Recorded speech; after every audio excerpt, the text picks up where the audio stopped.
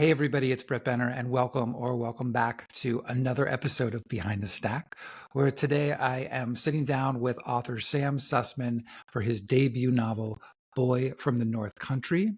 A little bit about Sam. He grew up in the Hudson Valley.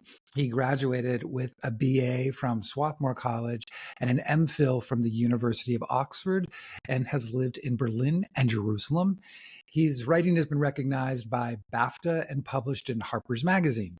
Sam has taught writing seminars in India, Chile, and England, and participated in the Penn World Voices Festival of International Literature.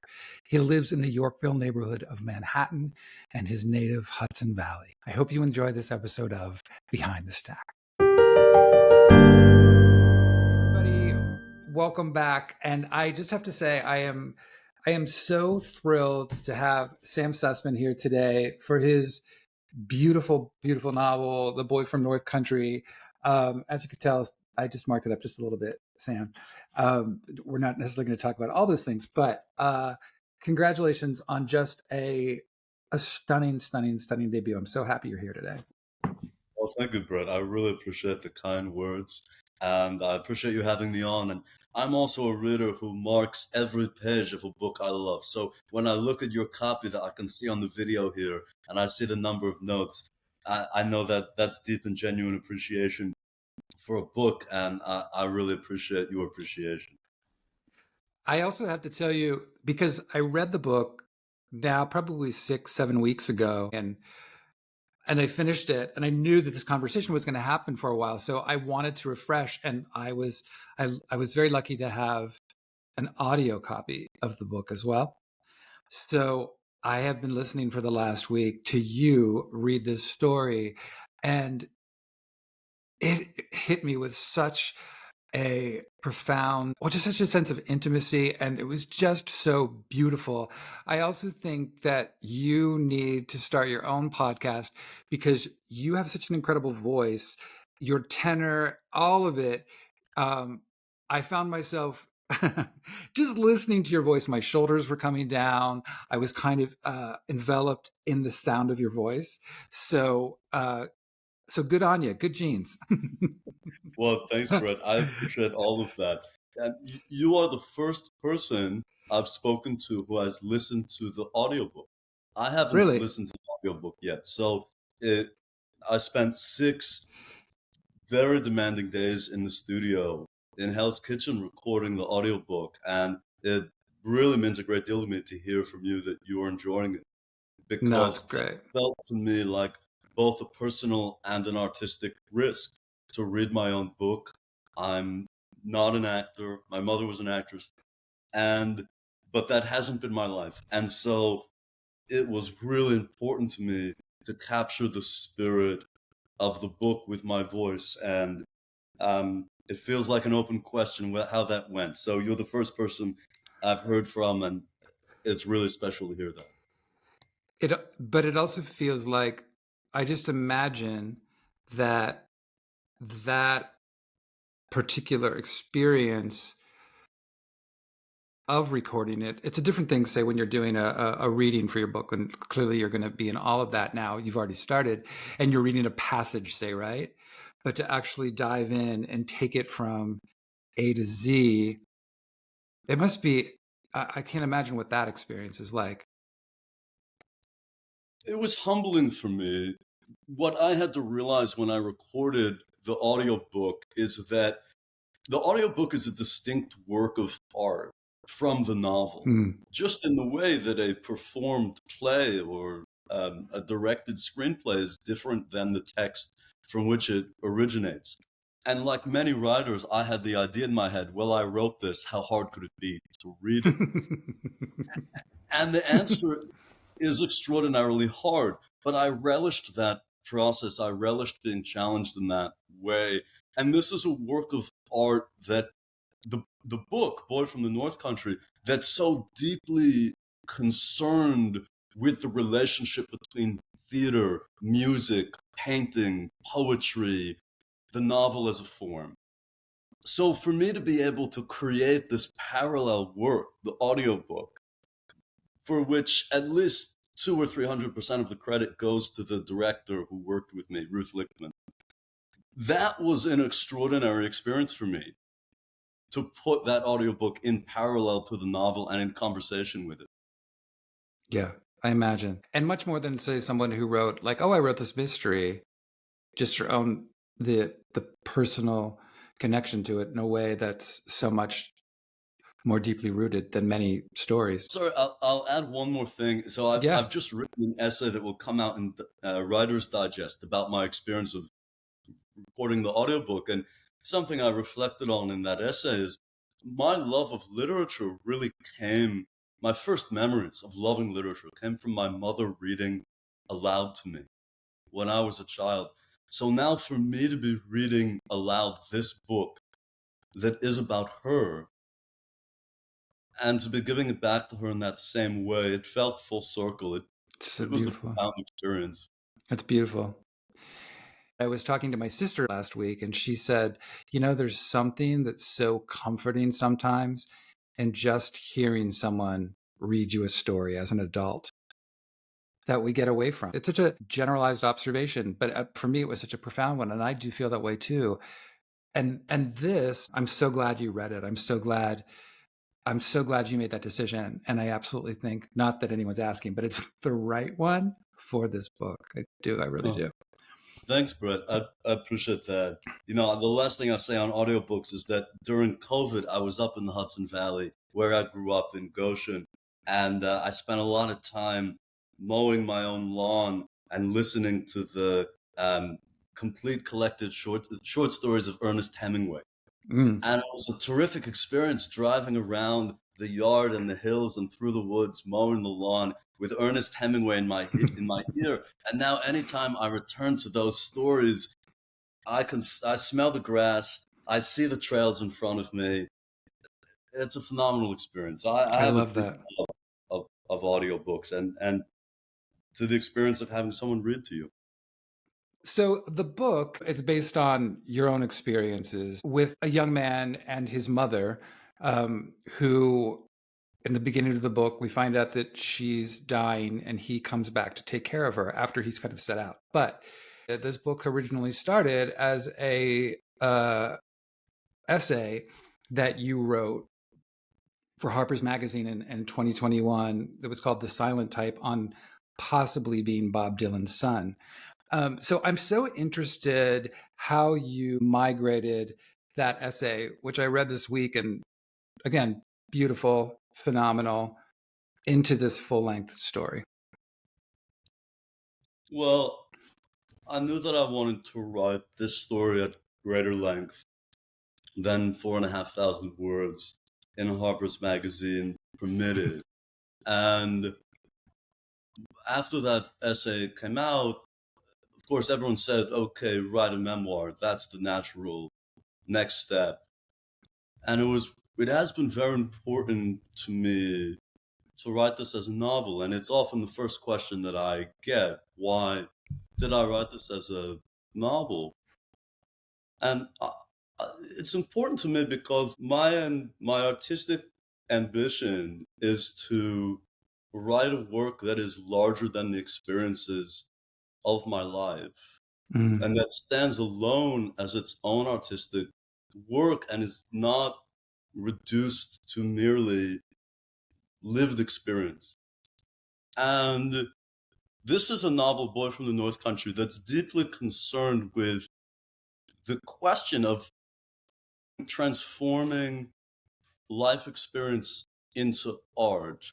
So in the novel, my mother's character is a young actress in New York who is seeking to find her own artistic voice and answer the question of what it means to take some of the difficult experiences that she's had and turn it into meaningful painting and meaningful acting.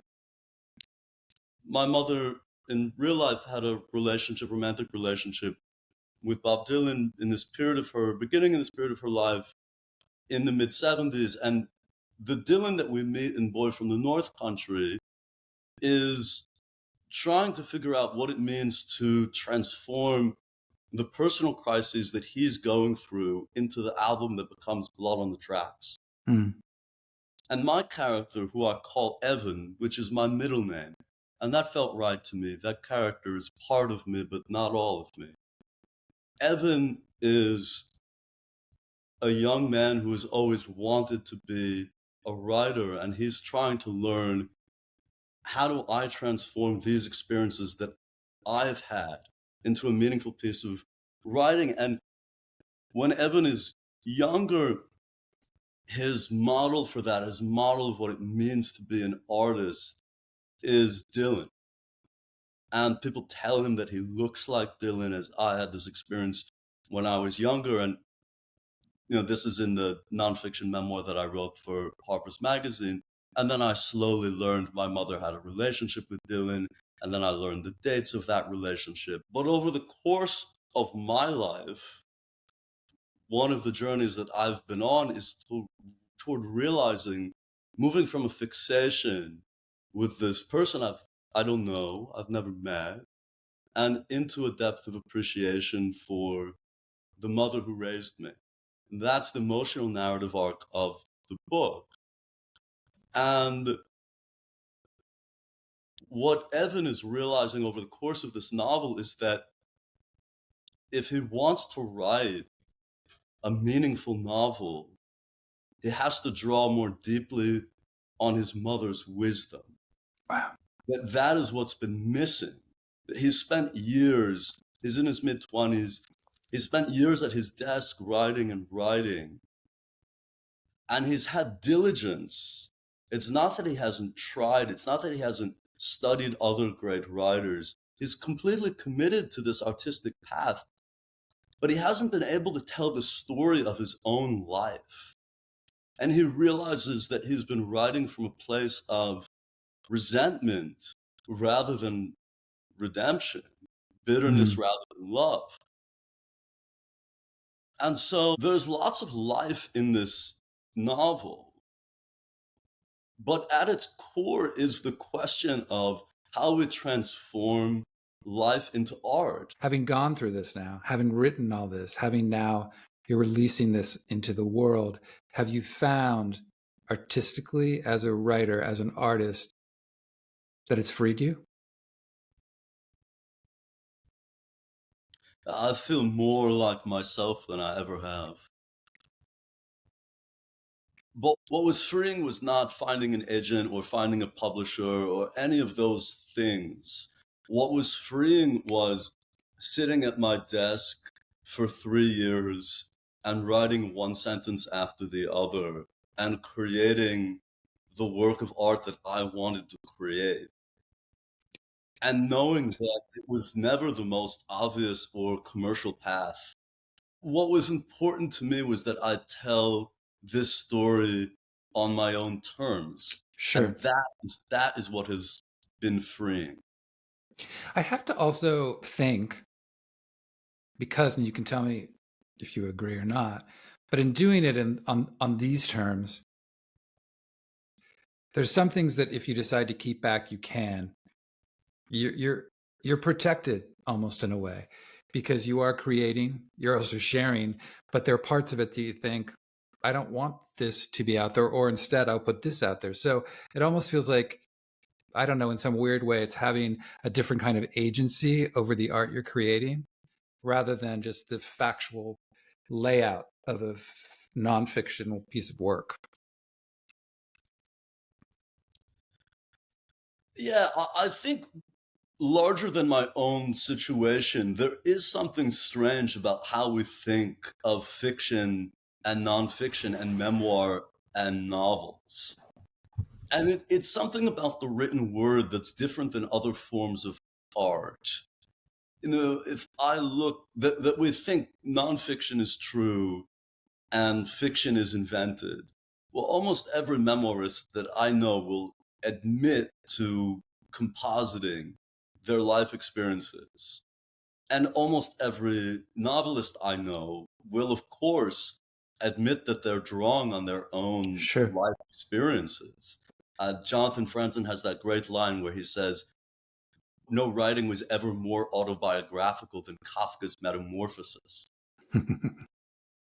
So we have this strange way of thinking about it, that a memoir is true and a novel is false, but that's not how we think about other works of art. I mean, is a painting true or is it false? Is it invented? I mean, you could ask the same question about music or even photography, which it would seem offers itself as a sort of realist form. Of course, you have to ask what's left out of the frame. And this is a novel boy from the North Country that's deeply interested in those questions. And we see these artists at work, not only my mother and Dylan and the character drawn for myself, but also iconic 20th century figures like Stella Adler, the mother of Oh, method acting, and Norman Rabin, the painter. And each of the five of us are trying to understand what it means to convey truth through art.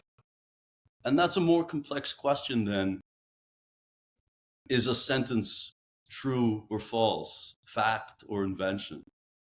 Because it's an mm. emotional question, right? And that's what we're all after, the emotional truth. Picasso has that great line, art is a lie that tells us the truth. The character of June, who is based on your mom, she's just an incredible character.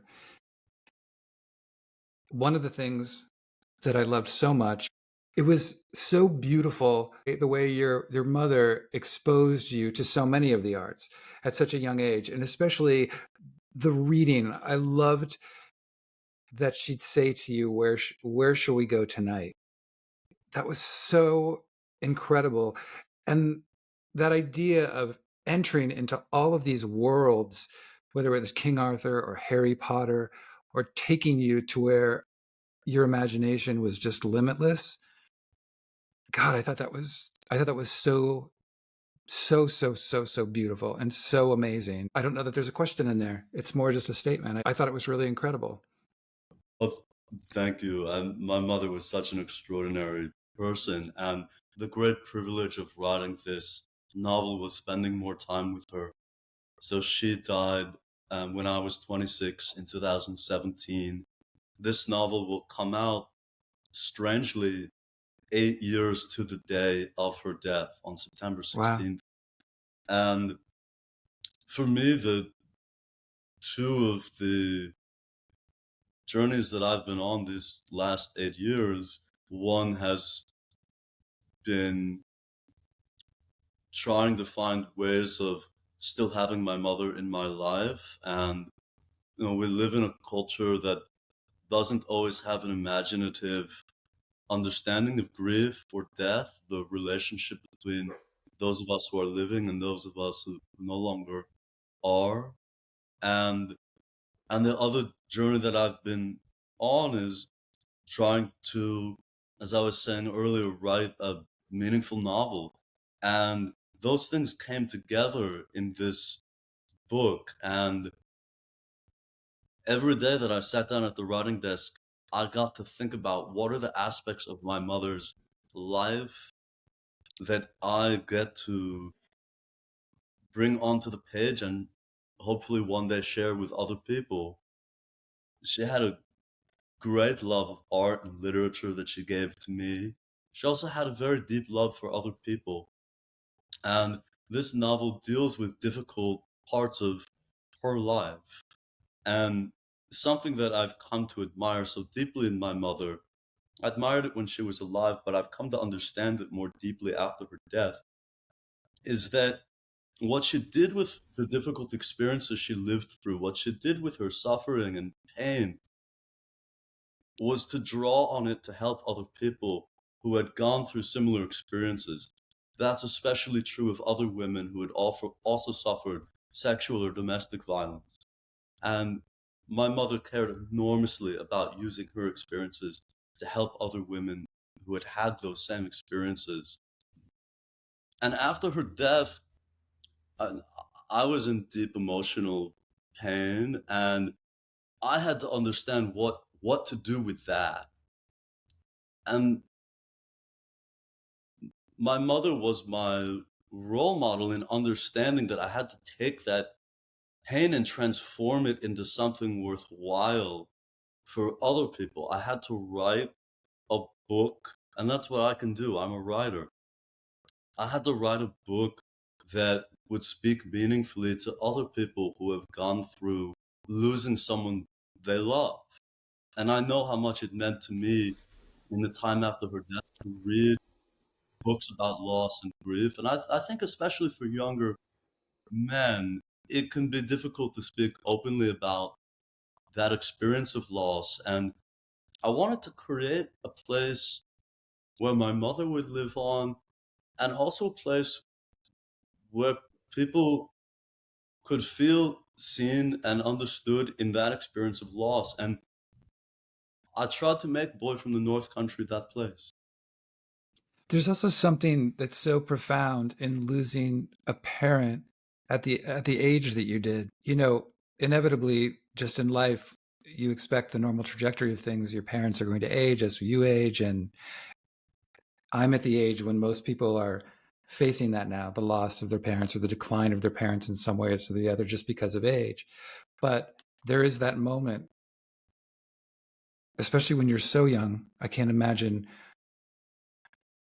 because there's something psychological, I think, about having a parent kind of over you and not being able to turn to them to ask those questions that you may need answers to that you haven't quite figured out yet when life throws you something that you didn't quite expect.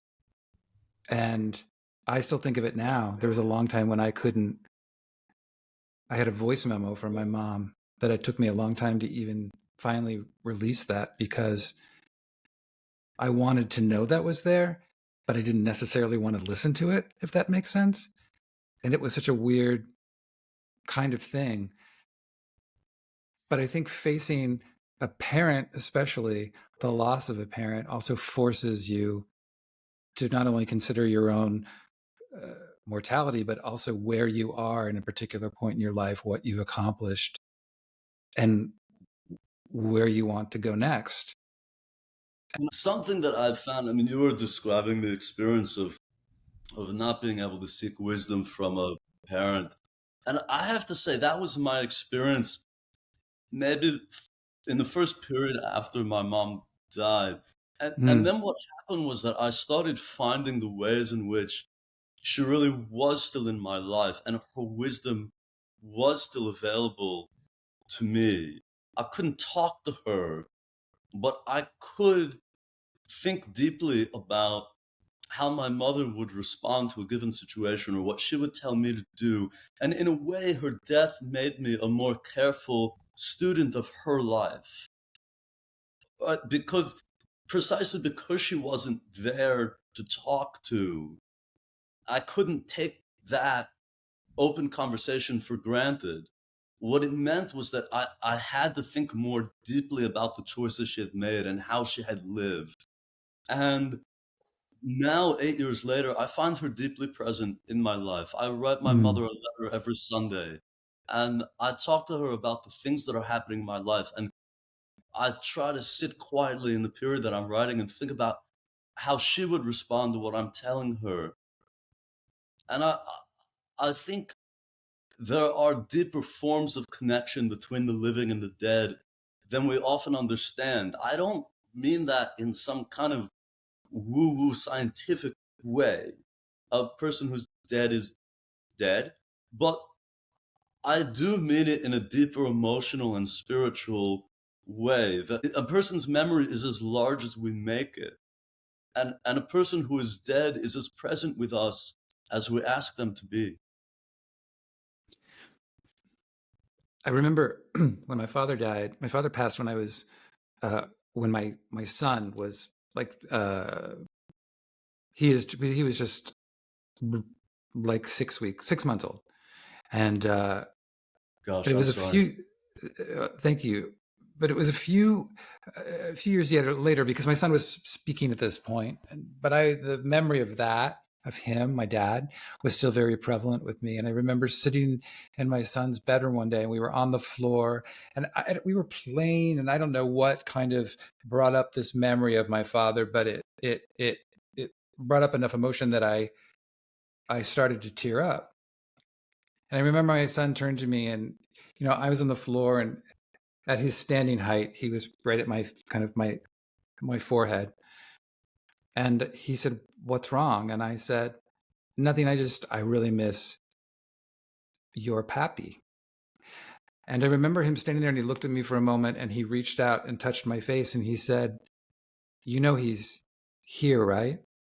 Uh, And I've always thought of that kind of memory. And it brought it up right now when you were talking about what you just said, of the ways that people still exist in our lives even after they're gone. Um, one of the Full most story. one of the great things in your book, and it's so evocative, you capture it so incredibly well, is your mother's time in New York City, as a young woman in the 70s. And it's uh, for anyone who has any kind of artistic inclination, or is an actor or any way involved with the arts, it is like a treasure trove. I loved this thing so much. I wanted a whole series just on her and this woman living in this time, escaping to New York, and the whole section on Stella Adler. I was so glad you brought her up. Like, that's amazing. Meeting Dylan for the first time, the discussions of art, Marc Chagall, like it. God, it's so incredibly rich. There's this amazing thing about your mother's survival skills, where she talks about going to work in a diner, in a restaurant, and the ways that she began to feel they were objectifying her. But she talked about doing that job as if she was playing a role. This today I am a woman I am, head of Gabler, or I'm doing this while I am doing this in order to survive that. And I thought that was amazing to me. Like, her whole attitude towards how to survive and what she needed to do in order to immerse herself in the world that she was going into. God, it's beautiful and specific and evocative. It's just fantastic. I'm so glad you enjoyed that, Brett. Right, in the section that you're referring to, um, she she has been at college, and she's given this professor who's a well-known playwright. She's given him her first attempt to write a play, and he has responded by coming on to her. And this is devastating for her, because she wants to be taken seriously as a writer, not objectified as a sexual object. And she leaves college, and she goes to New York and decides, I'm going to become an actress on my own terms. I don't need this man. And she's working in a diner, and it's very painful to her that men are making all of these sexual comments, and it's exactly what she was trying to get away from. So as you described, she decides, okay, today I'm just playing this as Desdemona, or now I'm Right, Hedda Gabler, right, right. right? And that gives her, um, it doesn't make it okay what's happening, not in the slightest, but it gives her a buffer. The the art gives her a buffer between this painful life experience and what is precious in herself. The artwork becomes a way of coping with what's painful and unjust in her life. Yeah, it does. And it made me remember, and for so many artists, it's that incredible time of creation that happens when you're young. For many people, it is when they first get out of school, or even when they're in school. But for many, it's those first years when they're experiencing not only freedom from their parents, from their previous lives, but starting to figure out not only who they are, but what they want to be, and meeting up with setbacks and disappointments. That whole section to me was like color, and it was sepia toned, and then at times black and white with splashes of like red thrown in. It was like those movies from the 50s, like with Monty Clift and Elizabeth Taylor, just the kind of feelings. I loved it so much. Um, something that is integral to you, and it's in this book, and I'm so curious to ask you, is um, being Jewish and Jewish faith. And it comes up in a lot of different ways because you talk early on, and correct me, it's not that you were raised in a traditionally, like a practicing Jewish household, but there was a Hasidic, there were Hasidic Jews around where you lived. You were certainly teased, or this character, I should say, was teased about this. I'm interested to ask you how your being Jewish and how your faith has evolved and changed over the years from when you were growing up, from your childhood to now. Well, this is a deeply Jewish novel, and it's a novel that's deeply concerned with drawing on the humanistic, artistic, spiritual tradition within Judaism. And my mother, my mother's character June is studying with two iconic 20th century Jewish artists, Stella Adler and Norman Rabin, who are, in different ways are interested in what it means to draw on Jewish spirituality to create meaningful art out of their lives. And then the moment in which my mother met Dylan was one in which he is turning to Jewish spiritual wisdom to write himself out of personal crisis and into Blood on the Tracks.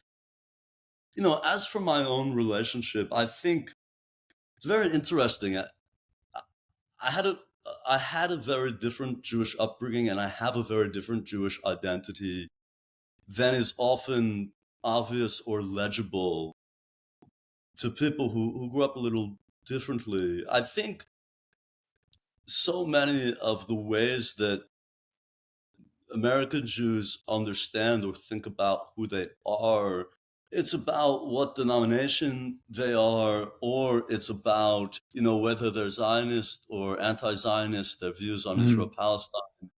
And for me, the richest and most interesting Jewish conversation is the literature. It is the spiritual tradition that you find in Mark Chagall and Leonard Cohen and Amos Oz. And those are the artists who shaped my own Jewish sensibilities.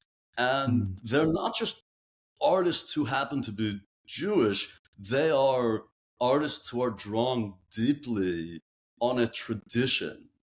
And that stretches back, certainly as someone like Norman Rabin understood it, stretches back to the Torah.